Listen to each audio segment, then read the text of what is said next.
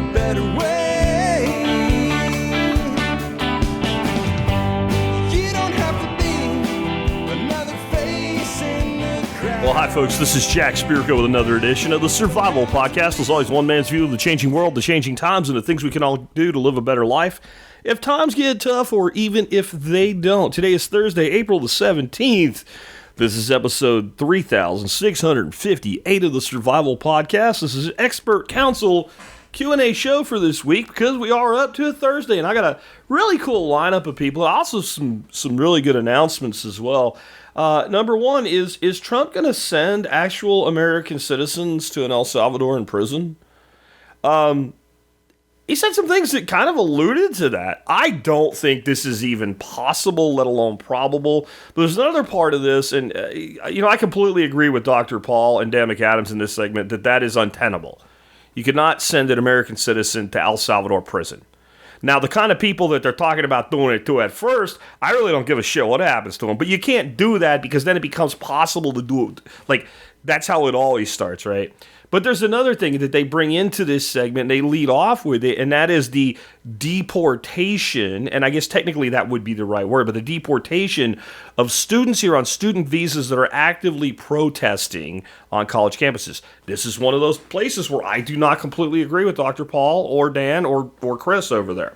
But we don't have to agree all the time, and I'll give you kind of my take on that. I mean, I just basically out of the gate think that being in a country that is not your own on a student visa is not a right. The right to speak is a right, but you do not have a right to be here in the first place. So we have every right as a nation to stipulate the things that are unacceptable in order to have a visa to be in this country long term, to go to our school. And why are we, I got another problem with this altogether that has very little to do with the issue at hand for Dr. Paul and Dan McAdams in this, and I'll bring it up in my rebuttal to that. Then I have a twofer for you. I guess that's what you'd call it. Twofer is usually two subjects. This is one subject, to experts independently answering it so you can contrast them. This has to do with money. This is about someone who has an awful problem. Their business has done so well that they have given themselves a raise. They are making really good money right now, and they don't want to waste it, and they're not going to spend it just not to pay taxes. But they don't want to, miss ways that they could maybe be creative with tax structuring. And then, but at the end of the day, they're just going to simply have surplus capital. What should I do with it? So I sent this to Matt Sercely, who is an agorist tax advisor. And then I also sent it to John Pugliano, who, of course, is good with all things money. And I bet you they're going to have some very similar and some differential advice. And I thought it would be cool. So when we get to that segment, I'll just play it straight through. I'll play John first and Matt second. Then we're going to hear from Andy McCann on strengthening your back. He's got a couple links to go along with that. They are in the show notes. And then, how do you know when you look at a foundation of a house and you see a crack? Is it just like a hairline crack? Is it a crack, but it's really not a problem? It's not really because the foundation is failing or the earth underneath it is settling or rising. It's just a crack and it's not really going to go anywhere. Or this is a serious problem and you may be looking at having, piers and it could be a very expensive recovery, repair process or even just preventive process to keep it from failing worse. How do you know? Well, Ryan Steva, who is the homestead consultant, but also a licensed home inspector, will talk to you about that. Chef Ken Daniels will talk about one of my favorite things in the world. Well, cooking, obviously. I love to cook. But no, one specific thing. The Maitake mushroom, also known as hen of the woods. And I am so jealous of you people that live in the northeastern United States because this was a go-to for us every fall when I lived in Pennsylvania. Because once you find where these things exist, when you go back there next year, they'll be there again, and they're big. I remember my uncle and I literally, no exaggeration, filling up a truck bed of these things one time and going bar to bar through all the little towns, Minersville and Llewellyn, et cetera, up there in that area, Pottsville, et cetera, and just going in and selling these things with a scale and putting it right on the bar and selling them for $10 a pound and making a few $100 and still going home with a ton of mushrooms. And they are rare as heck, guys, in the market. and they are tough to cultivate in artificial conditions. It can be done, but it's not easy. They sell for a lot more than $10 a pound. In fact, even back then, we're talking the 80s, they sold for more than $10 a pound in lucrative bougie places. But that was about as much as you get from, Pennsylvania rednecks. But it was a great mushroom. And I was like, I wonder how he's going to say to do this. And he nails it perfectly. And I'll tell you a place when we get to that segment that I go to about once a year, maybe twice a year, if that, because of cost, not because of quality, where they make them with the dish that I order, and they do it exactly the way he talks about. And then I'm going to talk about the super battery that really exists, but will never even power something as simple as a smartphone.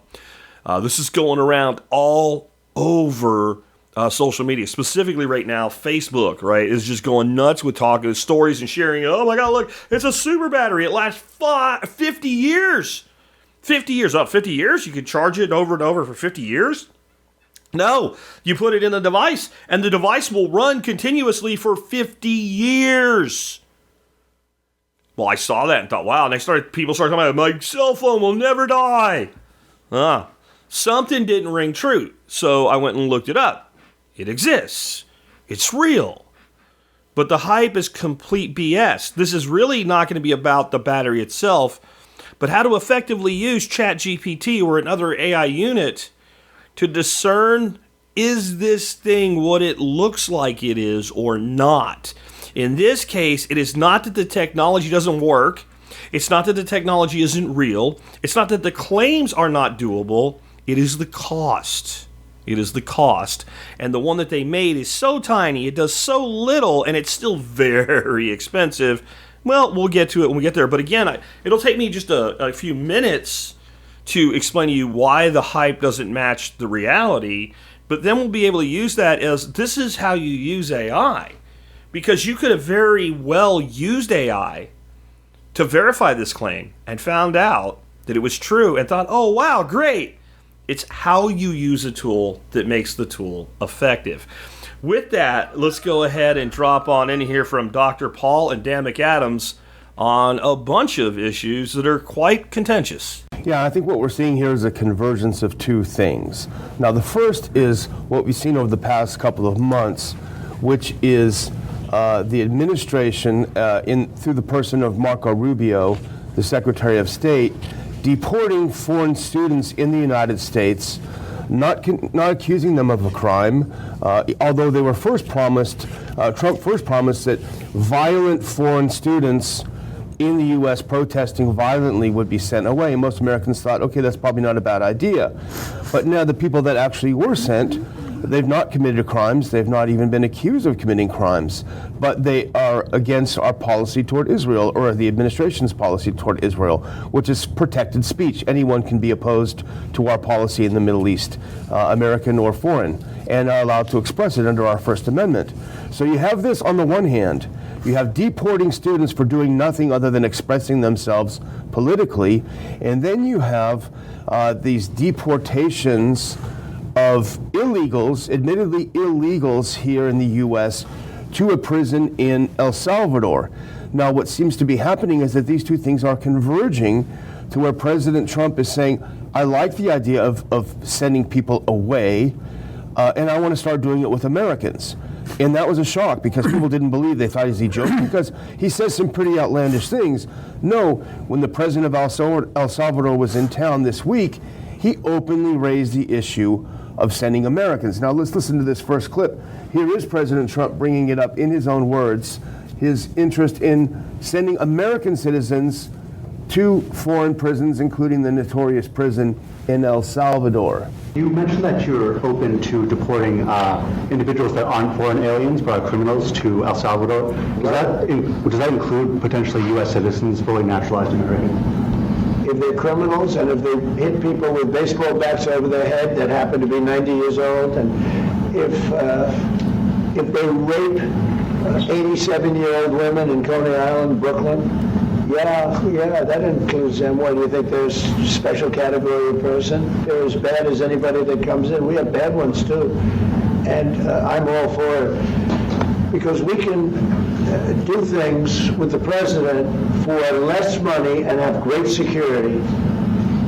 And we have a huge prison population. We have a huge number of prisons, and then we have the private prisons, and some are operated well, I guess, and some aren't. But he does a great job with that. We have others that we're negotiating with, too. So you establish that you can send people away for having the wrong views on the Middle East, and then you also establish that he wants to send Americans away. How long is it before that happens? I am amazed that that they can do this and not assume responsibility, that we can just pick them up and shift them away.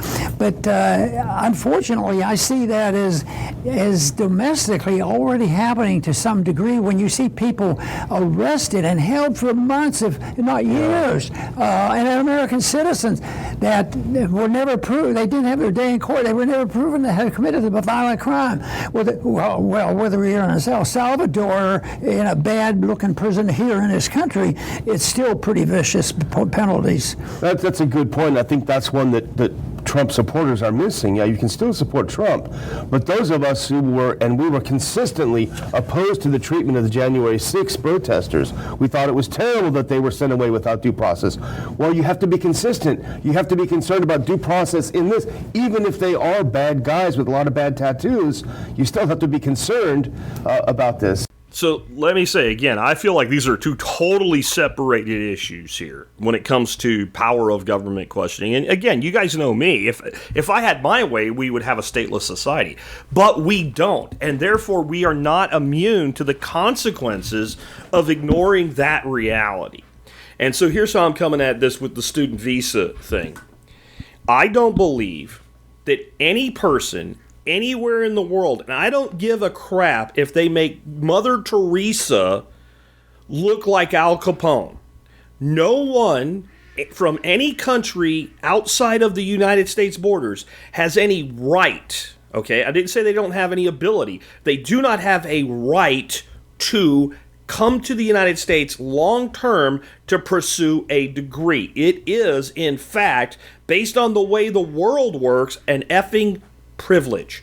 And we have, as a nation, the right, I said right for the nation, to specify at any level, at any requirement that we want to require in order to issue that visa, to allow a person to stay here for 4 or more years to obtain an education in the United States. I also feel that program is extensively abused around the world, and it is used to collect information on American citizens. Basically, espionage is how it's used. That's not what's going on in this particular instance, but it is how it is used. And it has a history of being used that way. And if our government says you cannot be engaged in these activities and receive this piece of paper that says you're allowed to stay here and you're from, I don't care where, this is not even country specific to me, and they take that piece of paper away from you, you have to leave, and I don't want to hear you cry. You do not have a right to free speech that exceeds your privilege of having the visa. This is a very simple thing. If I got a student visa when I was young and I had gone to, let's say, at that time it would have still been the Soviet Union, but let's say a couple of years, I was in my 20s, right? Maybe, it happened in my teens that the Soviet Union broke. Let's just say, though, I was like 22 years old, and that was clearly, shut down and done. Things were different. It wasn't even quite the communist hellhole that it had been all the years that I was growing up. And I went to Russia.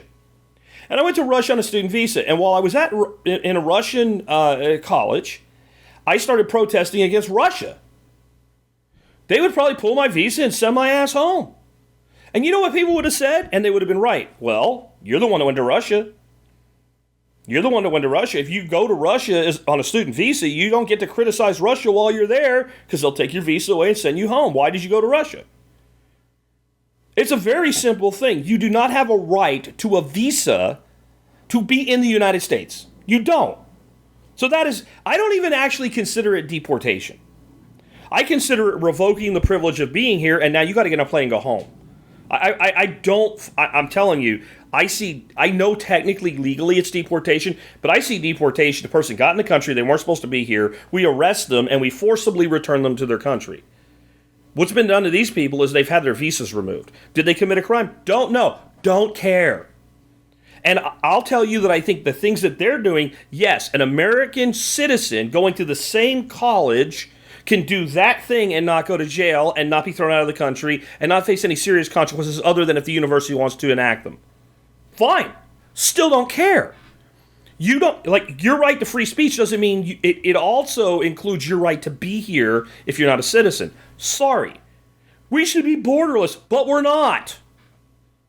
Can I go to any other country and do this shit? No. We're supposed to be different, but we're not. And we never said we were that way. So I don't give a shit. And I know some of you really have a hard time with that. Don't care. Not my problem. Now, the American citizens being sent to a prison in another country, that's basically exile plus imprisonment, that I'm not okay with in any way. I don't know why Trump does and says some of the shit he says other than to off balance or fear, maybe if you could make the person afraid that this could happen, then they're less likely. I don't know. This is up there with the Canada 51st state. Like, everybody stopped talking about that. You know why? Because it's not going to happen. It never was going to happen. There was some weird reason he did it. He still hasn't explained himself. I don't know if he ever will. But they're different things. They're different things to me. And no, I would say that, like, the day that the Trump administration attempted to extradite a United States citizen in reverse to face prison time in a foreign nation when the crime they committed was in this nation, and that other country hasn't specifically requested extradition, no. That is grounds for impeachment. And not only do I think it would be a very quick impeachment, I think that if it was actually done or attempted to do, there is a shitload of Republicans in the government, like the Congress, that would side with impeaching and removing Trump from office and potentially finding a way for criminal charges. And I would support it. So if you think I'm just blindly supporting everything Orange Man does, because you ain't been around here very long, when I say that you could throw a student on a student visa out of the country, I'm not. I mean, I would be for putting his, and I was not for him being prosecuted the way he was at all. I stood up against that the whole time it went on over all these years. Not a lot, because that's not really what we do here, but I thought it was atrocious. I thought it was malicious prosecution. I thought it was lawfare. But if he did that, no, that is a clear violation of the United States Constitution. And the two things are not the same, and I don't know that they really intended to present them as, but it kind of came off that way a bit to me. No, you have no right to be in somebody else's country on a visa if you do not do what they stipulate needs to be done to maintain that visa. And you don't, I'll put it in a different way. I wouldn't give a shit if the United States of America decided, you know what, we don't want to do student visas anymore. Out. Everybody. Go home. I don't have a problem with that either. Why? What the fuck are we doing? Giving college seats at prestigious universities to foreign nationals, while Americans with good test scores, mostly white males by the way, can't get into these colleges. Do we have no business doing this in the first place? What do we gain by this? Cultural diversity or some shit? This whole program to me, here's part of why I have no sympathy. I would nix this program tomorrow if I was like overloader of the country. Like, if they say, like, can I just do what I want to do as an anarchist? No, you have to stay in the framework. Okay, fine. Then we're cutting that shit off. We gain nothing from this. We gain nothing from this except taking a seat that could go to an American and giving it to someone from another country so they can take an education from our country and go back to their own with it. For good or ill. I'm not okay with it. I'm sorry. Let's move on. Let's hear about what to do with surplus capital from Matt and John. Hey, TSP, we got a question from Hunter about what to do with surplus income. I think a lot of his question pertains to taxes. So I'll defer those answers to Matt, the Agorist tax guy. And I'm going to give a relatively simple and quick answer here because, Hunter, I'm going to refer you to a podcast that I did a couple years ago that really addresses a lot of these issues in detail. But just to give you a quick summary, what do you do with surplus income? If you've ever listened to what I've said in my podcast, I talk about a simple process to building wealth. Earn, save, invest. There's a lot of different ways you can handle each of those categories, but the bottom line is if you want to build wealth long term, you have to master all three. You've been running your business for 5 years now, so congratulations. You've really made it over that hurdle that, 90 or more percent of entrepreneurs never make it past. So you've got that earnings part down. And since you are self-employed, I'm going to emphasize what I always tell entrepreneurs, and that's invest in yourself first. You're going to make a much better return on money invested in your own business than money invested in anything else, right? Because you have total control over that. And if you're good at what you do, you can get exponential growth and returns on that investment. You're not going to get that from investing in the stock market or generally in real estate or anything else. So to the extent that you can continue to build and grow your business, or, hey, you've been doing what you're doing now for 5 years, you could do something else if you wanted to, right? You've obviously broken the code of being a small business owner. So if you think there's additional revenue streams within your business or another business that you could create, I'd encourage you to invest in that and continue to build your own personal business. But aside from that, beyond that, what do? Well, I think the problem that most people make with savings is they get over-focused on one thing. They just want to max out a retirement plan, or they just want to pay down their mortgage, or they're focused on some other goal. And really what I advise people to do is take a holistic approach and do what I call parallel savings, where you're simultaneously saving a little bit of money in a lot of categories. The reason for this is both psychological as well as practical. From the practical standpoint, money is fungible. And so even though you're spreading your money out thin over multiple areas, it's generally still accessible to you should you need it for something else. Where I think the psychological part kicks in is that life isn't all about just one thing. Achieving success, it's a multitude of little decisions and little goals and achievements that you make day in, day out, year in, year out. So to the extent that you have excess money that you're no longer putting in your business, start thinking about those areas that you want to start saving in. A podcast I did back in January of 2023 was entitled Parallel Savings in Buckets and Wells. It's episode number 400. And what I stress in there is think about saving money in different buckets, right? You may have a bucket to pay down your mortgage. You may have a bucket for a retirement plan. You may have a bucket to buy your next vehicle or for your next vacation. And I think it's best to put a little bit of money in all these buckets. And if you do that consistently and you're investing it properly, over the years and decades, not only will you have buckets full of money, but those buckets will have turned into wells. And instead of just containing your wealth, they'll be growing your wealth.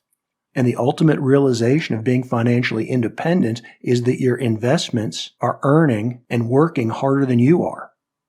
That's the principle of the richest man in Babylon, where he talks about having your money be a slave for you.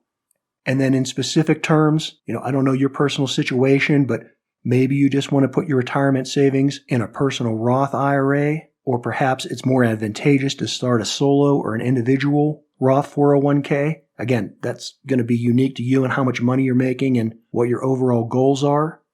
But I'd focus more on developing those disciplined saver behavioral patterns, at least initially, before I worried so much about the overall investment decisions associated with them. Well, hey, again, check out episode 400 of the Wealthsteading Podcast for more information. Hey, TSP crew. This is Matthew Sercely of agoristaxadvice.com. Got a listener question about what to do with some extra income. Question, what do I do with surplus income? I'm not going to read the whole question, but I'm coming into a lot of income after 5 years of building my home inspection business. I'm paying off debt. I've paid off the purchase of the business, and now things are picking up. I've given myself a small raise, and I'm saving more, but I want to be smart with the extra. Couple questions. Should I increase my W-2 salary? Is it better to invest surplus funds from business or transfer to the personal account first? And besides building reserves, are there other strategic or tax smart ways I should be reinvesting in the business? And then finally, a comment. I don't need new equipment right now, so I'm going to avoid spending it just to lower taxes. So just want to remind everybody, I am a tax advisor. I'm not a financial advisor. There are rules on what I can and cannot say.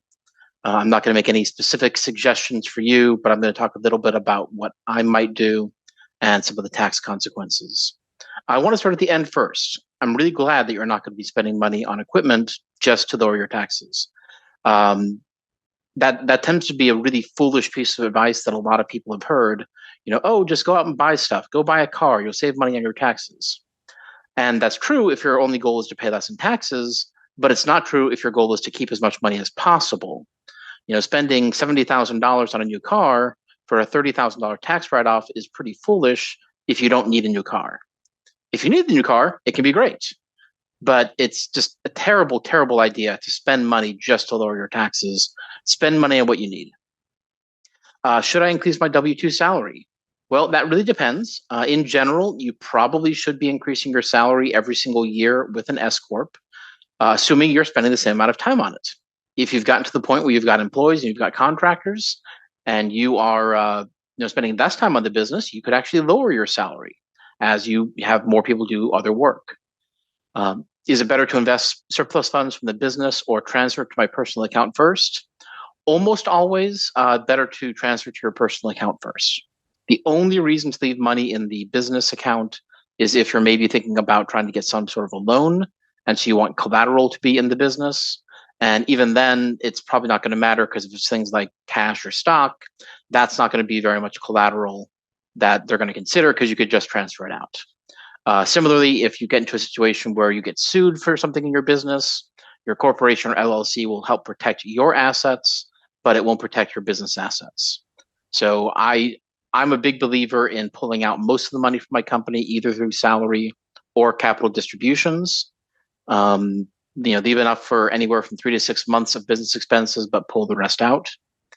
Are there any other strategic or tax smart ways I should be reinvesting in the business? Well, one of the best ways is to reinvest in yourself. If there are things you can do to make yourself better at your job or just make yourself a better person and a healthier person, that can be a great way to be tax smart if you can use it as a business expense to improve yourself in some way. But I'm a big believer that when it comes to investing, your goal should be maximizing your after-tax return, not to minimize taxes.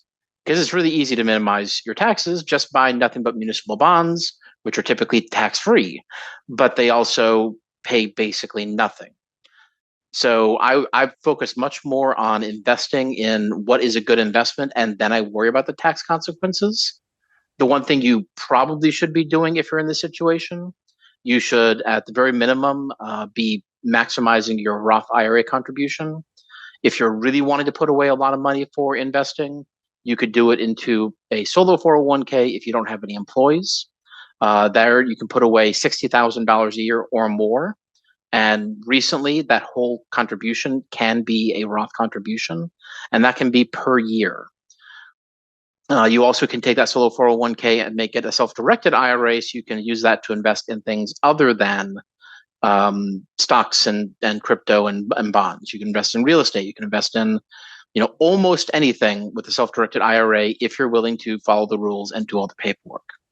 So not going to tell you what to invest there necessarily, but doing it in some sort of a Roth account where all the growth will be tax-free, and then you can take it out tax-free after you're 59 and a half.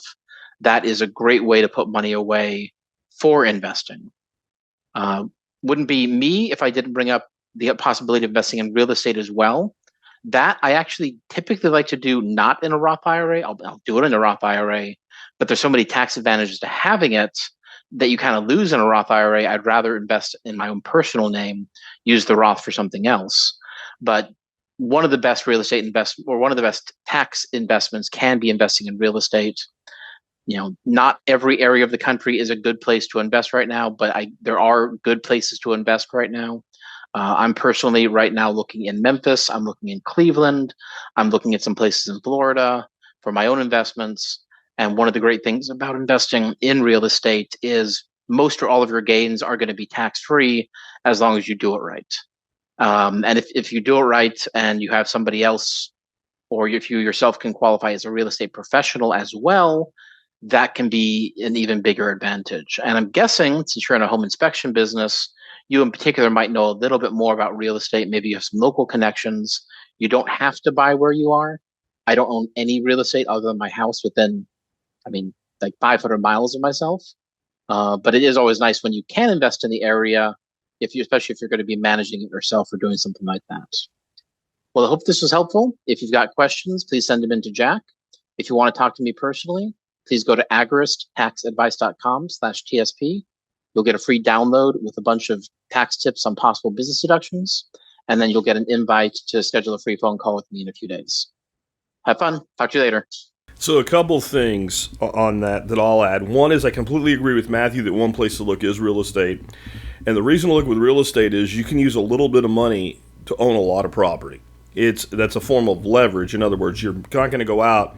Let's say you had $200,000 worth of surplus capital. I don't know you have that much, but let's say that you did. You're not going to go out and look for a house under $200,000. Buy the whole house for $200,000. And then turn around and rent it and slowly get your money back over time while you already have equity.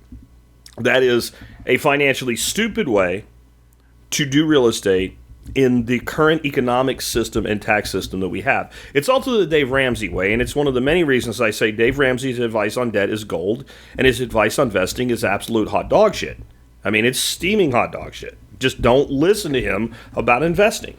And then you can learn everything you need to know about the debt problem in about 10 minutes from the Dave. I could do Dave Ramsey's show and answer every question. Because the same freaking answer restated differently every time. So real estate is great because I could take, let's say, $200,000. I could take maybe $100,000, set it aside, and go in with 5 different properties with $20,000 strong down payments, and maybe control as much as a couple $1 million worth of real estate with that. I could then have other people pay the equity for me, and I'm only in it at that point if I went that far. If I found 5 great properties in that zone, right? I am leveraging $50,000 to $2 million, and it's in a very low risk because I'm never going to go to the negative in it. I've got real property underlying it. As long as I don't buy like a moron, I can always exit and come out a little bit ahead in the worst case scenario. I just talked about the guy I talked about yesterday, though, that's cutting trees. I just talked to him about this. He's upset that his landlord raised his rent after 1 year, $100. And he said, is that reasonable? I said, well, the first thing to do is go out and look and see what the kind of house you're in is renting for right now in the market. Because if he's charging you market rate or lower, you're getting a deal. Because it's a competitive market right now. And I'm like, his property taxes may have went up. And then if his assessment went up, his insurance, like there is another side to being a landlord. But the good thing about being a landlord in this state is it's actually really easy to get somebody who's not paying you the hell out. There are states where it can take you a year or even, as sane as it sounds, up to 2 years to get rid of somebody that's not paying you. And it's just very so you got to know that market before you go into it. The word that neither of them said, and I know at least one of them full-on invests in it, and the other one, as reluctant as he is, I know he made a bunch of money on Grayscale, and that is Bitcoin. Bitcoin is where surplus capital should be going right now, in my opinion, at least some portion thereof. And I'm not saying let's go back to 200,000, just buy 200,000 bucks. I would say break a piece off, whatever you're comfortable with. Figure out how long you want to invest that money, how long you want to take to get that money into that investment. And then divide that number by the number of days of that time frame and daily DCA into it. I am completely in agreement with Matthew. Get the money. If it's surplus and you're really not going to use it in the business, you can always put it back into your business, right? You can always put it into your business, basically buying in or investing in your own business, okay? But if it's in there at the time you're served, like he said, and he's a lawyer, so he knows, then it gets basically it's a business asset. And if I'm suing the business, your corporate veil may protect you personally, and that's even weaker than it was just 20 years ago. But there's some protection. But if the money's in the business, there is zero protection, especially if you go into a bankruptcy. So get the surplus capital out. And then the other thing is, like I said, Bitcoin. So how much? Well, I don't know. My rule for anything like a Bitcoin, a volatile investment, is if it is 5-year or more surplus capital, it is a great place for it to go. If you might need the money in 6 months to a year, do not put it into a volatile investment. Because what will inevitably happen is you will end up not just needing it, but you'll end up needing it at a particularly low point in the market where you then have to liquidate something at a loss. And yeah, you can write off your taxes, but that's not the goal. So when I say surplus capital, see, I don't know what you mean. When I say surplus capital, I'm like money I don't need now and I clearly won't need for at least 5 years. That's what I mean. And when I have that money, the first place I look is Bitcoin. Now, investing it back into your business, and you say I don't need new equipment, whatever. The big thing with that, and John said, and I agree to a point, the best place to invest your money is in your own business because you have full control over it. But maybe it is the case that your business doesn't need that money right now. You can piss away a lot of money on advertising, but if the advertising is not going to actually grow your business more than the cost of advertising, don't do it. My CPA, as great as she is, and she's amazing, every freaking year, well, maybe you should advertise more. Why? So I can piss my money away and you feel better because my bottom line taxes? Like I told her last time, I'm like, look, if I had my way, because she works for a firm, you would get every penny I pay your firm. And I would tip you 20% if I could. Like, you're that good. I already feel like I pay incredibly low taxes because of what you do. But your advice on how to run my business is terrible because you don't know how to run a business. Because if you did, you wouldn't work for a firm. You'd have your own firm, which you could, but you don't. Because you don't want to run a business, so therefore, all you know is the tax consequences of the decision. You don't know the consequences of the decision on the business. And she's like, well, I guess you're right. I'm like, okay. So stop telling me to advertise more every year because I don't want to, because I know that the ROI on that advertising will never beat the ROI on the advertising I get just by having people talk about it. I'd rather invest that money like in my book that's about to come out. That book will be the best advertising I've ever done for this show. That's the way that I look at it, right? So invest in yourself, yes, but be smart about how you invest in yourself when it comes to things like investing in your business. Your business, if it doesn't have a clear path, like here's the way I look at it. Let's say, well, this actually happened to me. When TSP really took off, after I quit working with Neil, and we kind of separated as business partners. About a year after that, he looked at what I was doing. He's like, this is really going well, Nate. And he's like, right, why don't we come in? I'll buy 10% of the business. And I'm not going to say the number he offered, but it was totally out of whack as a valuation, right? Like giving him 10% for what he was offering me, I'd still be ahead today if I had done nothing with the money. Like if I just took the money and put it in the bank in a CD at 1%, I'd be way ahead, even giving him 10% back over those years. Because it was a ridiculous amount of money. That's part of why I said no, because I don't want to take money from a friend as a partner that's wrong. The other thing is then I have a 10% partner going, I think you need to do this. I think, no, I don't want to friggin' do that. But the bigger reason was I looked at the money and said, I don't know what I would do with it other than put it away or invest it in something outside the business, which is not why a partner. And I basically told him no, and I had to be very forceful because he's a guy that doesn't take no easily. There was no place for that money to actually grow my business other than advertising with no guarantee or like hiring a staff. And then when the money that hires the staff runs out, I still have the staff. And if they haven't built the business to a point where they can pay for themselves, they all have to go, and I'm out nothing, and I'm stuck with a 10% partner. So even though you wouldn't be stuck with a partner, you have to look at your money the same way. If you don't know what you would do with it in your business, get it out of your business, you can always put it back in. If you think your business could come on hard times and you might need some money, set some portion aside, make it very, very liquid and non-volatile, and then do something aggressive with the balance. That's especially at your age. That's my advice. And the legal advice from Matt is dead on. Next up, Andy McCann will talk about strengthening your back, which is a really important thing, especially as we age. Hello and good morning. This is Andy McCann, your health and fitness guy, coming to you from Woodstock, Georgia, where I own CrossFit Garage. So I'm going to answer a question for Andy. Andy, I love the name. Andy says, hey, Jack, Andy, question. How do I strengthen my back spine? Now, I'm going to go with not actually strengthening your spine, because really the way to strengthen your spine, I suppose, would be to get miniature cracks and let it heal, and that would make your spine strong. But I know what you're saying here. How do I strengthen the muscles around that and give myself a better core for what I'm doing outside? Okay, so background. 35 years old, just pulled my back and pinched my sciatic nerve, got it corrected by my chiropractor. Looking for ways to keep my back strong as I grow older. Some more background, he's very active outside, has a homestead, does a lot of tree work, lumber mill, sawmill, all that, but he has a desk job. Okay, so Andy, here's what I would say. You are correct in saying I want to strengthen, but also I want to understand what I can do to keep it from happening again. So strength will do it, But another one's probably going to be because you're moving around so much, you also want to mobilize. So I've got a couple things for you. One, for a very specific my back hurts, this is what I do. So I chased a 400-pound deadlift with my buddies in CrossFit back in like 2009. They're like, let's lift. I'm like, sure, why not? And I'm not a big dude. I should not have done that. I did hit it, so checkbox for me. But I did something weird to my back that it's never been the same. So I do this rolling maintenance thing every day. So every time I actually don't even have to work out. I just do this. I have a PVC pipe at home and I do this rolling. So I'll post, or I'll give a link to Jack and he can post it. But if you go to my YouTube page, Andy McCann 42, and then type in rolling, you'll see my maintenance mode rolling after class. And I do this every time.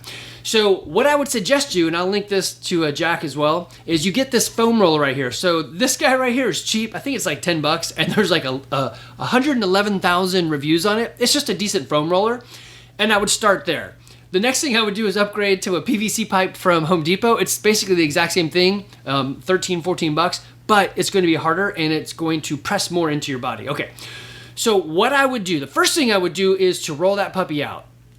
Anyway, that's going to take care of your lower back. I would roll your sides of your spine, not your spine, the sides of it, like lean left, lean right. Roll your left and right glutes, and then flip over and roll your IT band. So you can watch the video and see that. I would definitely start doing that. It's going to help a lot, especially if you get to a harder pipe like PVC.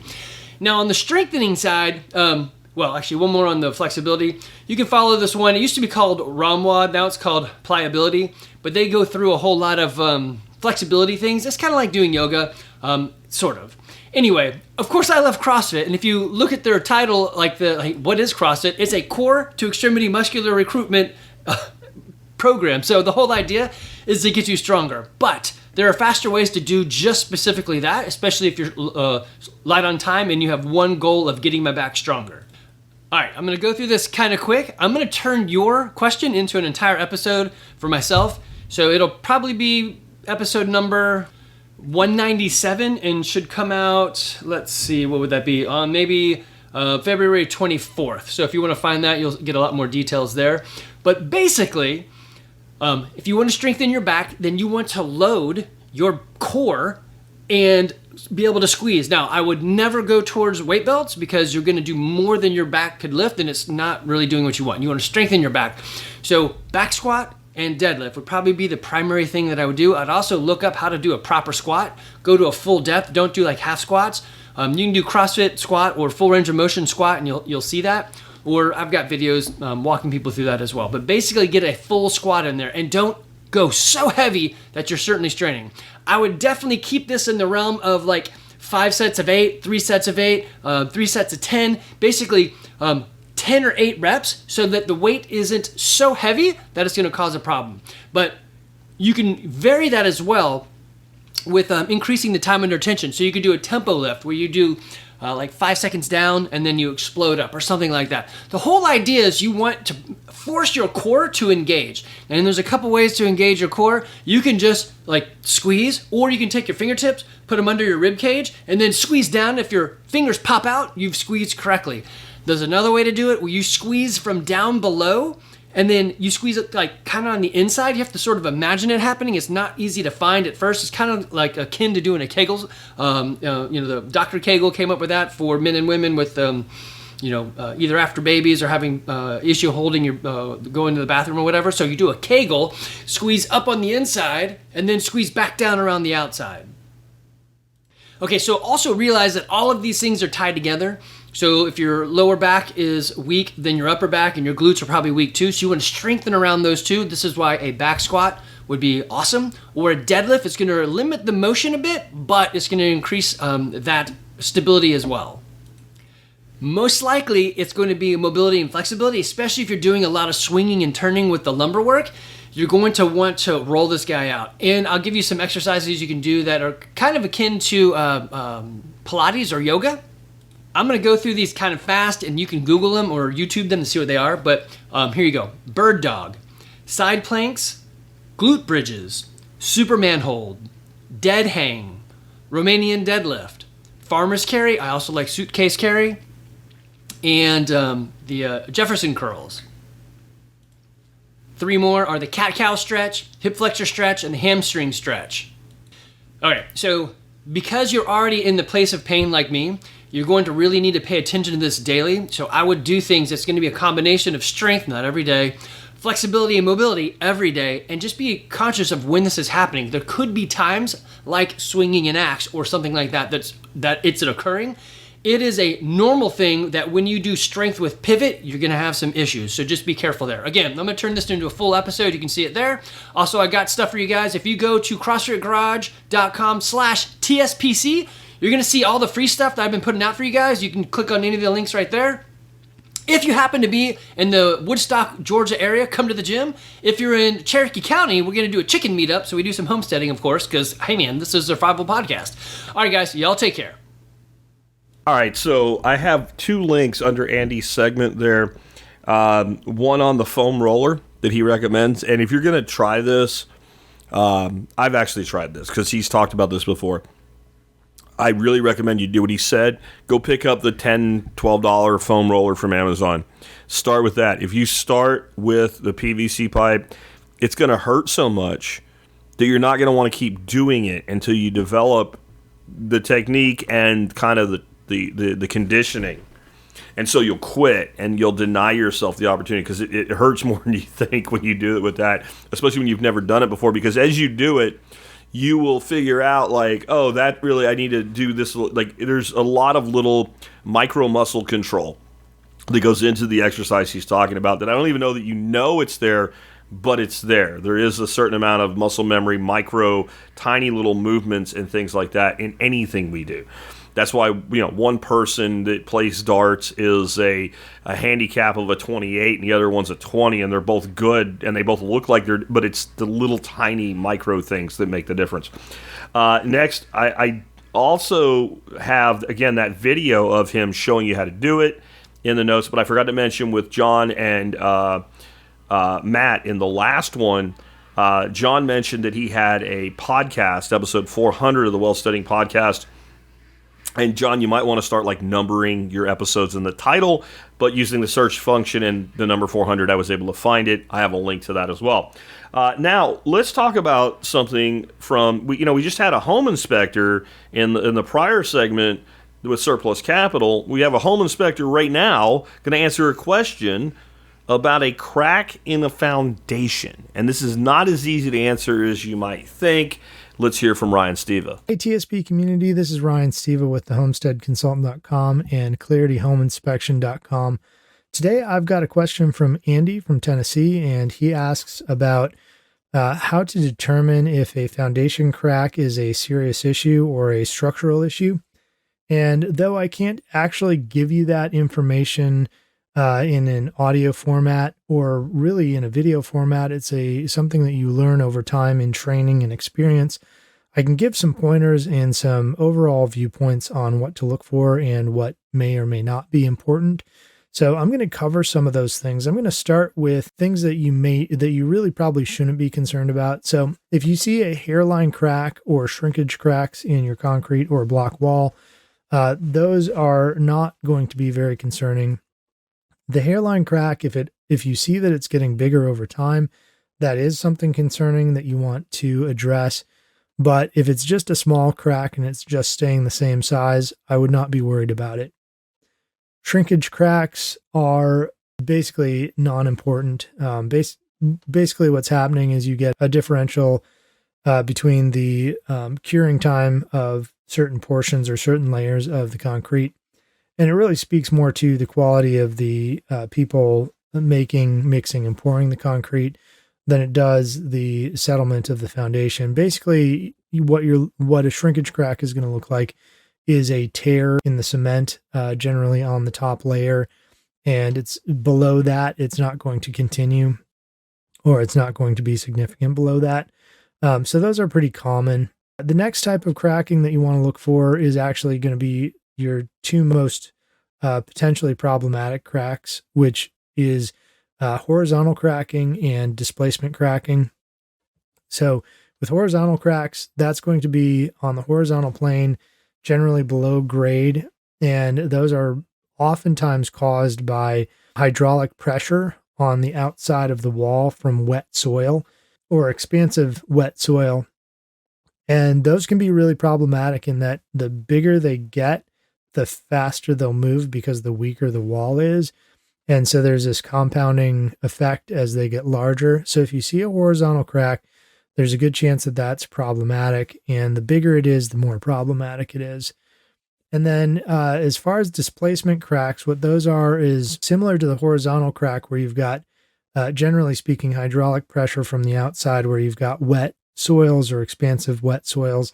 And one section is pushed in while another portion of the wall stays in the same place. So you get this displacement of the wall. That can also be a fairly strong indication of potential structural issues.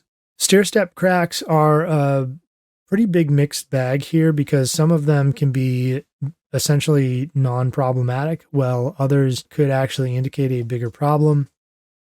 Oftentimes the ones that are indicating a bigger problem will get larger at one end as opposed to the other. So stair steps basically follow the mortar of a block wall or a brick wall. And if you see that the crack gets wider at the top than it is at the bottom or vice versa, that is generally speaking an indication of uneven settlement somewhere. And so that can be a concerning issue, especially if it becomes too wide. So if you're anywhere nearing 1/4 of an inch, that's going to start, generally speaking, to be concerning. And less than 1/8 of an inch is, generally speaking, not going to be especially concerning, but I would keep an eye on it to see if it's moving at all. Last is cracking in slabs. Now, there's different types of slabs, so I'm not talking about post-tension slabs. If you have a post-tension slab, they're a very much different animal, but just a general poured slab on grade. If you see a few small cracks, very small cracks, or hairline cracks, I would not be concerned about those. However, if you see a crack that looks like the entire section of slab is moving away from another, so you've got a crack that's even across a distance and it looks like it goes down quite a ways, that could be a concerning issue and should probably be checked out by a professional. A couple of additional things that may indicate structural movement that you should look for that could be clues on top of what we already talked about are water intrusion or efflorescence. Basically, white mineral deposits or dark staining from water are indications of water being in the soil and pushing through into the home. Keep in mind that cracking bricks on the exterior of homes are that the brick is a facade, and so it may or may not reflect settlement of the foundation. It may just be settlement of the brick itself, which isn't necessarily directly connected to the foundation in all cases. So it's a little bit of a mixed bag as far as whether or not that will give you any type of indication. And then interior signs, if you have doors that start sticking on the frames or jambs, or if you have floors that slope, or if you have cracks above windows and doors, especially if it's continuing to expand or change, those are all indications of potential settlement, especially when you put all of them together. So basically, the cause of settlement of a home is almost always going to be, and primarily is, water. That can either be from heaving from expansive soils or from settlement of saturated soils.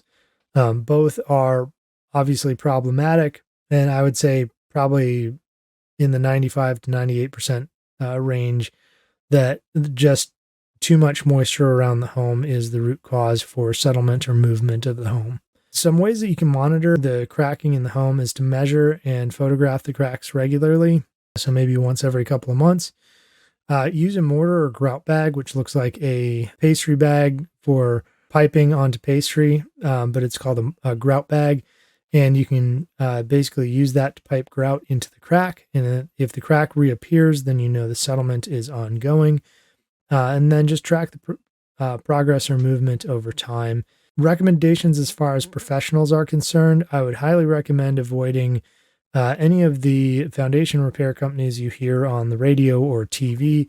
Basically, they're sales companies, not foundation companies, and the work that they do is generally subpar and very expensive. So I would, generally speaking, talk with somebody like a structural engineer or a similar contractor who is not going to do the actual work that they're evaluating, so they don't have a perverse incentive to find issues that aren't actually issues.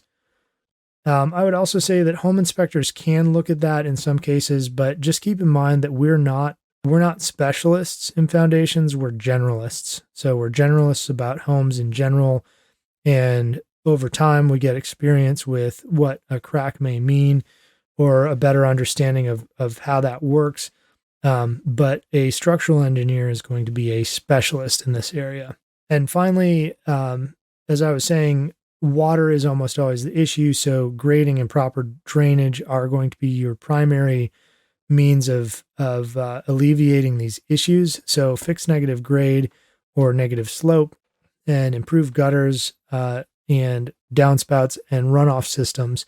And if you want a detailed look into this, if you look up episode 3611, I go over how to deal with grade and grading issues. Thanks everyone for listening. If you want to get a hold of me, just look me up on the homesteadconsultant.com or clarityhomeinspection.com and get some more questions out to Jack. I could really use some to answer. Thanks everyone. Great stuff from Ryan. I just want to throw a thank you out, because I don't say it enough, to everybody on the expert council, past and present as well, man, because we've had some great people come and go over the years, because this is a true service thing to the community. Yeah, some of them have some businesses and it may give them some exposure and all, but it really is a service. They're giving far more than they'll ever get back. And sometimes people build their things so large that, like, I really don't have time to do this anymore. I've been recently talking a lot to Charles Sanville, the humble mechanic, and that was exactly what happened. He was a expert council member for about 2 years and then said, dude, I really can't do a good job for you because I got these other things to do. And I understand that. But all of these people over the years have done a great service to this community. And I want you to know we have recently updated the About the Expert Council, Meet the Expert Council page. And if you go to the site and you go to the About tab, and then it'll be a pop-down menu.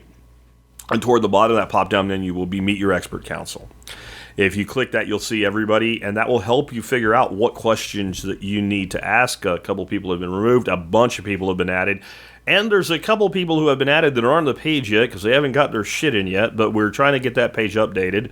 And I need to make sure I do a good job of always linking to that page from the Expert Council shows. If you want to ask a question of an Expert Council member, it's really easy to do, and your odds of getting an answer, if you do what I'm about to say, are really, really high. You send an email to me, jack@thesurvivalpodcast.com. In the subject line, you put TSPC space expert. Then you ask your question, and you say, my question is for expert council member blah, whoever blah is, and it is. And then in one sentence with a question mark at the end, you ask your question. But I have other things. Great. Hit return a couple times, put a space in there. Give me your details. Everybody knows what you're asking, and all the details are there. And trust me, if you don't give enough detail, if there's something missing, that expert council member will probably hit reply all and ask you the question, because your email will go to them. They'll know your email address. So if they need more, they'll ask for it. So just be really concrete, crystal clear on what you're asking, and then detail away. And I could use some more questions. I have enough content right now that I will be doing this week, the Expert Council show for next week while I'm gone at Nicole's for Living Free in Tennessee. But the following week, I'm going to be pretty wrung out for. And next week's going to be hectic, and I'm not probably going to do a good job of reminding them. So if I can get questions this week and weekend, and I can get those out, I can prime the pump for the following week after I get back, because getting back week is always hectic. Anyway, with that, let's talk more now with some expert council members. This is from Chef Ken Daniels. Guys, I need some questions for him. I know you guys like to cook. I know you guys got all kinds of stuff you want to try. Send them in for Chef Ken. Well, Chef Ken has an answer for us right now on using a mushroom called Maitake, and I love these things. And I have a little add-on to this one of the perfect thing to drizzle over them after you make them the way he tells you, and it's stupid simple to do.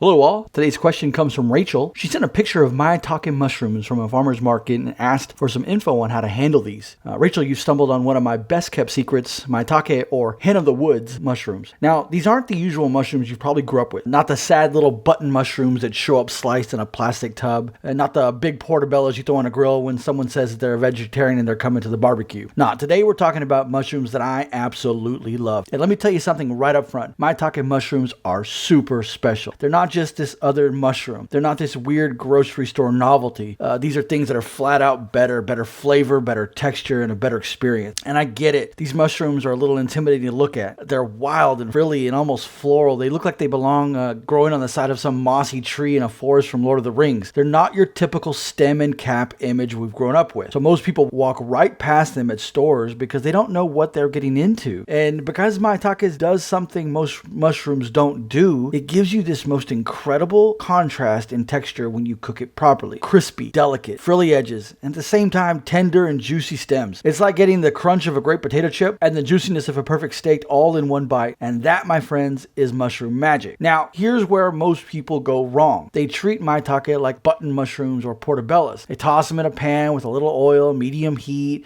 maybe salt them right away, and what happens? They steam, they get soggy, they turn floppy. All that beautiful frilly texture gone. And let me be clear, Maitake mushrooms want hot and fast cooking, aggression. They want space to breathe in the pan or in the tray. Steam is the enemy here. If there's moisture hanging around, your mushrooms are never going to crisp, and Maitakes love to crisp up. Rule number 1, do not salt them early if you're cooking them in a pan. Salt draws out moisture, and if you've got moisture hanging around, you're steaming, not roasting. Okay, so you've got options here now. Get your pan, oven, even air fryer ripping hot. I mean, crank it to like 425. These mushrooms can handle it. Air fryer, absolutely. If I even cracked the drawer slightly for the first 5 minutes to let the steam escape. Oven, crank that sucker up, spread it out evenly over a sheet tray, and yes, again, I cracked the door just so I can let some of that steam roll out. Grill, perfect for bigger clusters. Direct heat, high flame, it loves it. Spread them out, give them breathing room, tear them into big natural pieces. Never ever slice them. Hand tearing is where you're going to get that more natural frilly edges that those pieces want to crisp up. And when it comes to cooking, olive oil is fine. I'm not going to fight you on olive oil. But if you really want to make these Maitakes sing, animal fat is where it's at. Butter is great. Tallow is amazing. But duck fat is my personal go-to for this mushroom. Even rendered chicken fat works beautifully here. Olive oil can sometimes lend this like grassy sauteed flavor that kind of muddies the deep earthy Maitake flavor. Now, here's a trick most folks never learn. Once you've driven off that moisture and the frilly edges are golden and lacy, take them off the heat and don't dare pile them up in a bowl or let them stew in their own juices. Lay them on a single layer paper towel, let them rest, and let that last little bit of steam escape. Let them firm up. Give them about 5 minutes. Now you salt. Now you season. A little salt, a little pepper, just keep it simple. So here's the pro tip. After they rest and season, back in the pan or oven for just another minute or two. That little refire locks everything into place. Most of the moisture has been released, and this second fire is where the magic happens and the crisping of those edges. Okay, so let's talk sauces. My personal favorite way to sauce Maitake is pretty simple, but it's more of a technique. I just dip the stem sides of the cooked mushrooms into whatever sauce I'm using. Could be miso butter, could be ponzu, could be some spicy chili crisp oil, but I leave those crispy edges untouched and dry. The texture is just too good to drown in sauce. This way you get that meaty, juicy stem with a little hint of sauce, but I still have all those crispy edges. So that's it. That's my world of Maitake mushrooms. You could put them in soups for an extra umami punch. You could even dice them up and use them as traditional boring mushrooms, but I think you're missing the magic of these Maitakes if you do that. They're bold, they're forgiving, they're absolutely one of the most satisfying things you can cook, especially if you love food with texture. And honestly, once you cook these Maitakes right, it's real hard to go back to those old plain button mushrooms without just feeling a little sad inside. Look, hot and fast, no crowding, let it rest, season, and refire. Tear it big and treat those frilly edges like they're gold, man. That's the move. Rachel, I hope this helps. FYI, I just released my own recipes based on the American Diabetes 7-day meal plan at bloodsugarchef.com. Each day has breakfast, lunch, and dinner recipes for 7 days. There are 7 different meal plans ranging from meat lovers, Mediterranean, vegetarian, budget friendly. So that's 147 recipes for free, all designed coined by me. These have tips and tricks included. Look, I'm not associated with the American Diabetes Society, but I took their meal plans and expanded on them. So go check them out. Remember, if you guys have any other questions, please contact me at ken@bloodsugarchef.com. Keep those questions rolling in. Until next time, this has been Chef Ken. Cheers. Okay, a couple things on that. One of the things I wanted to tell you is the name, Maitake. It sounds Asian, right? It's actually Japanese. And what it actually means is dance mushroom. And the reason that it means dance mushroom is they're such a wonderful mushroom that people would dance with joy when they found them. And they'd really dance with joy because you find one, there's probably more around. And they tend to grow on the base of oak trees. But this is a North American native mushroom, right? Well, various versions of the maitake are native from Europe into Asia and Japan and the United States. And into Canada as well. You need a cool temperate region, so sadly I can't find them anymore where I live. The other thing I wanted to add is the way Ken just told you to cook them. One of my favorite restaurants on planet Earth is a place in Fort Worth, and I think they have one in Colorado and one in Austin too, called Lonesome Dove. And this is a restaurant from Chef Tim Love, and I love Tim Love overall. Like one of the things I did at a lot of workshops is I served these elk sausages and these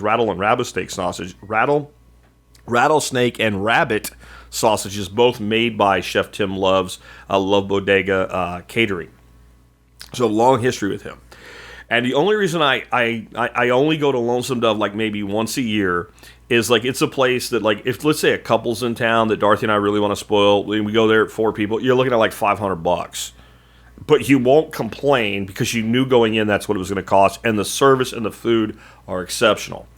Well, Tim created a dish, and it is based on a Scandinavian dish that is made with like lingonberries and chanterelle mushrooms and a reindeer loin that is a very traditional meal served around the holidays, like a banquet meal, like very high end.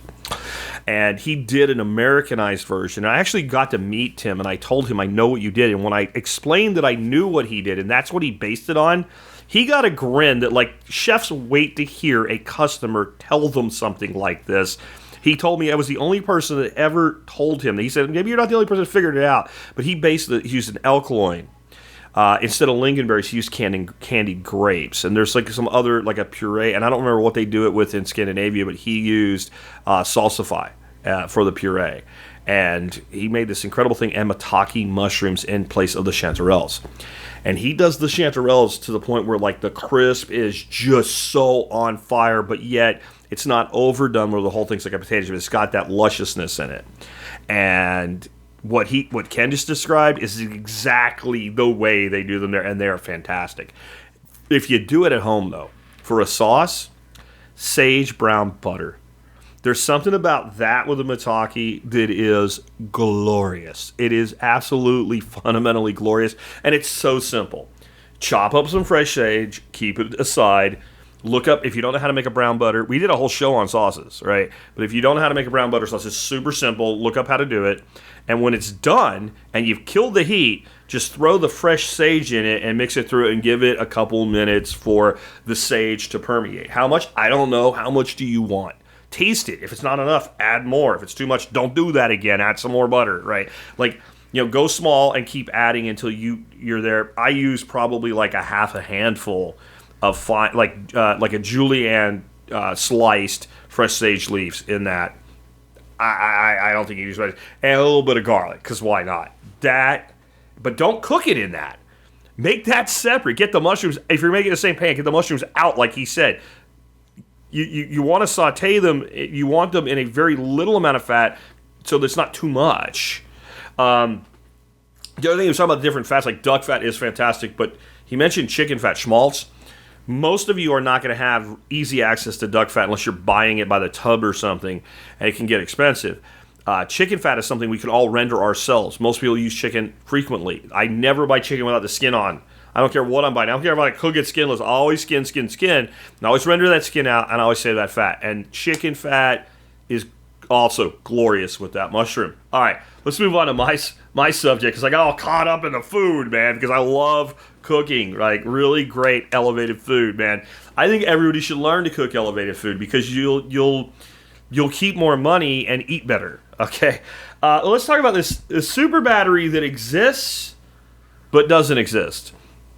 So it's a nuclear battery, and it's made out of a radioactive isotope of nickel that has a 100-year half-life, and that means that its own decay is what powers the battery. So you take this nickel radioactive isotope and you put it in a case, and as it breaks down, just its own breaking down produces a small amount of energy, and that energy then is transferred from the battery into the device. And so this is an always-on, and it will provide that same amount of power with these diamond semiconductors is what also is in this. To create the surface area to kind of resist the power flow sufficient to give a constant flow of some small tiny amount of milliwatts of energy or whatever.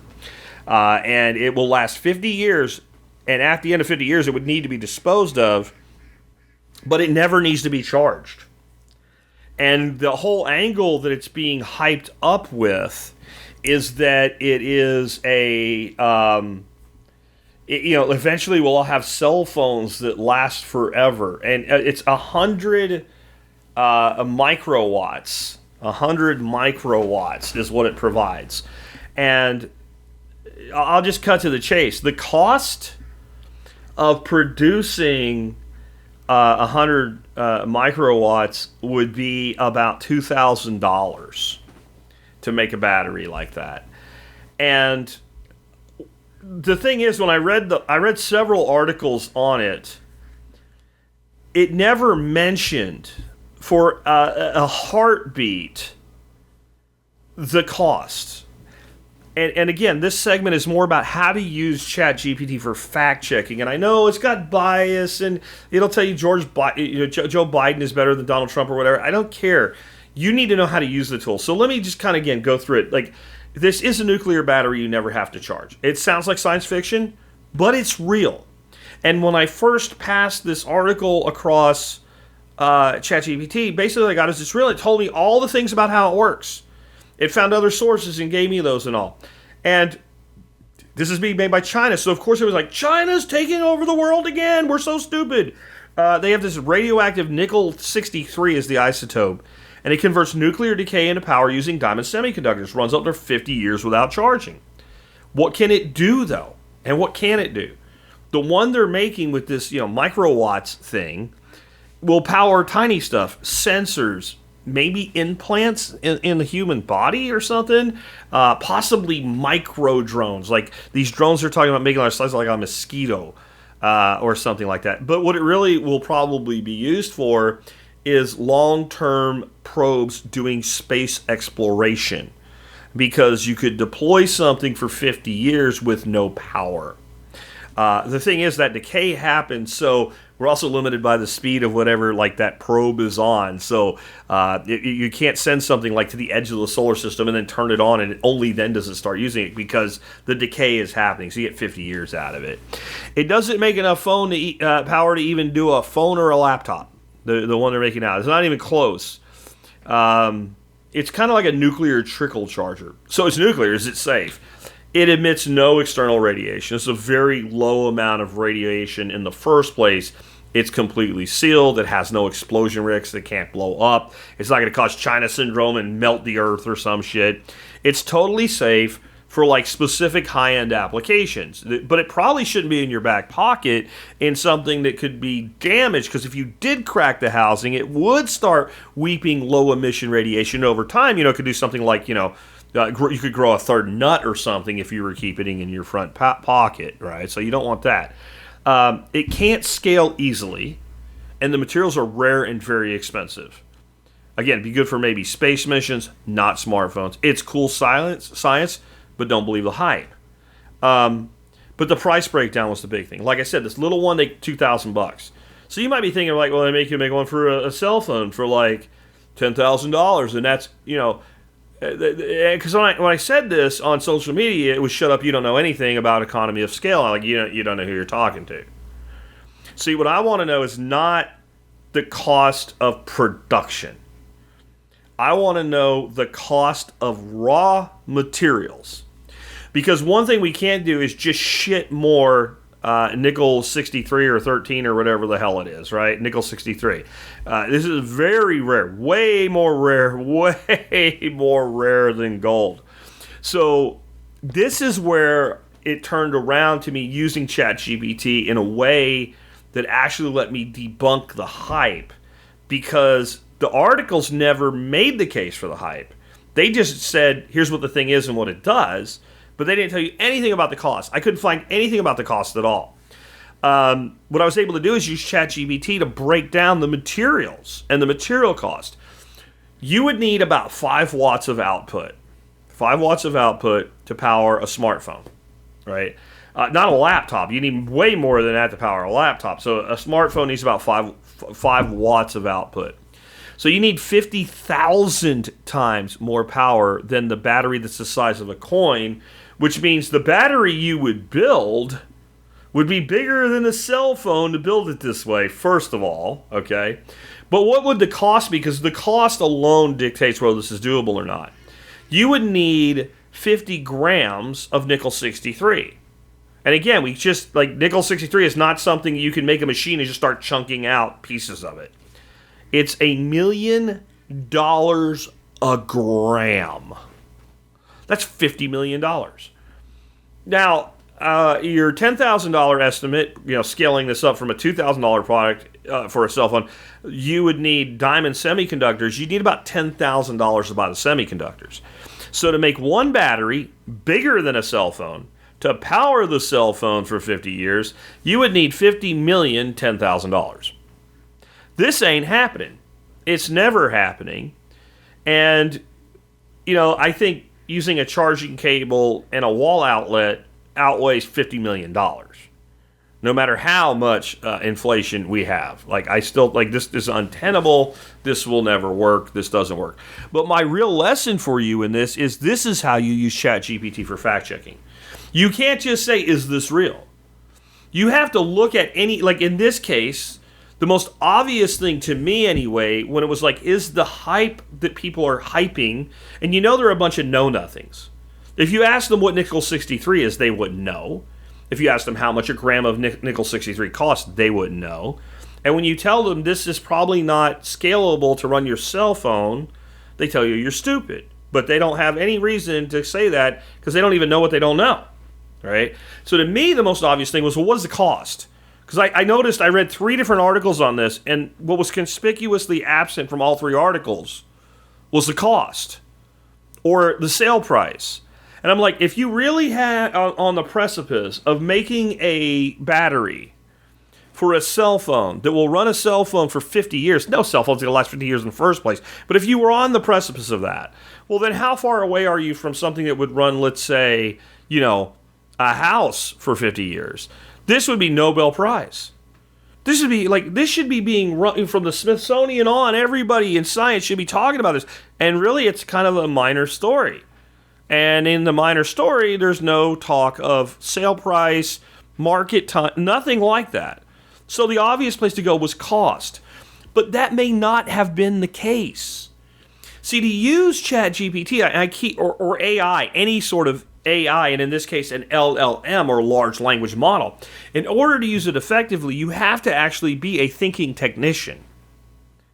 There are so many things I'm able to do with it, and there's things that I can't do well with it because it's not there yet. So the key is learning what it can do. I'm not going to try to use a saw to put a nail into a board. I'm going to use a saw to cut a board. But a master craftsman might use the same saw and make something so some kind of walnut inlaid into maple or something that I can't even think of. But he's using the same tool. If you want to become good at using AI, you have to think and not expect AI to do the thinking for you. AI is your research tool. It's your idea sounding board. It can be a fact-checking tool, but it's only going to check the fact that you know to ask for. So think of it this way. Imagine you had a weak form, not a weak form, just a limited form of mental telepathy capability, right? You're like a telepath, but you can't read minds in of itself. You can't like say, oh, he's thinking about the color blue, or she's thinking about buying a new pair of shoes, except if she's a woman, she probably is. That would just be, basically a good guess, right? Or a scam. Say things that are obvious and pretend you read somebody's mind. Let's say that what you could do is you were like a human lie detector. And not in the way that some people are trained to do this, where you can, some people can still fool them. Like, let's say you literally had some sort of telekinetic power that when somebody said to you, I painted my car red, inside your mind you saw a brief flash of green if they were telling the truth, and a brief flash of red if they were lying. And it was 100% accurate. Right? Which ChatGPT isn't, but let's say that it was, right? Well, you still have to ask a question the right way and press for an answer that, like, it wouldn't work on a political answer because a political answer doesn't actually commit. This is how you have to look at ChatGPT. It is as a limiting function of what it can do. And it's only going to do what you ask of it, and it's going to actually do, like, this is the other problem. Remember we had the guest on this week that talked about building a $500 million side or $500,000 side hustle while still working a job. And he said when you start hiring labor, hire very cheap labor. Not just to save money, but because if you've never actually managed somebody not inside a company before where there's a structure of the company, it's your own company. And you haven't built the structure yet. You're going to do a bad job managing. You're going to make mistakes. So you want your mistakes to be inexpensive. It's kind of the same thing. You have to build the skill set.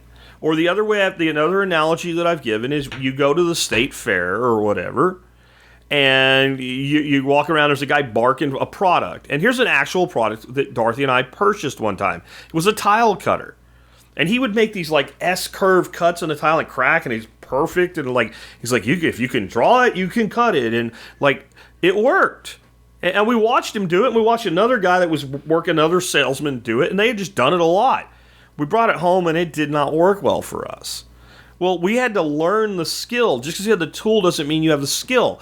And no one questions this when the tool is something dead simple, like a piece of artist charcoal.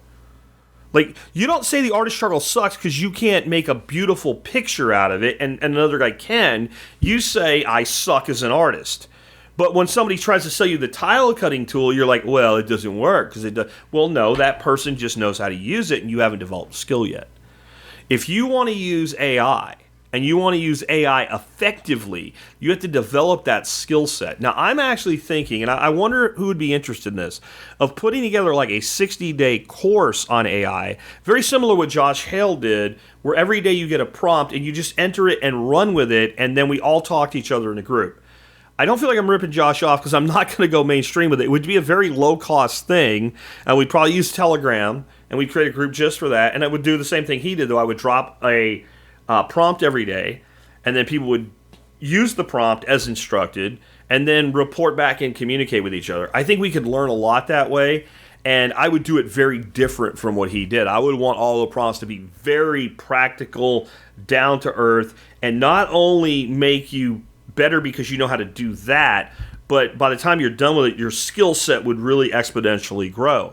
I think this would actually be really easy to do, very low effort. Now, I am not even thinking about this from a standpoint of executing it until after the 12th next month when my book is released, and that is done, because everything between now and then is keep the show running, get the book release done right, and go do Nicole's workshop. That's all I got in me until May the 12th, and probably more like May the 15th, right? May the 4th be with you. I'm going to go right past that without even noticing.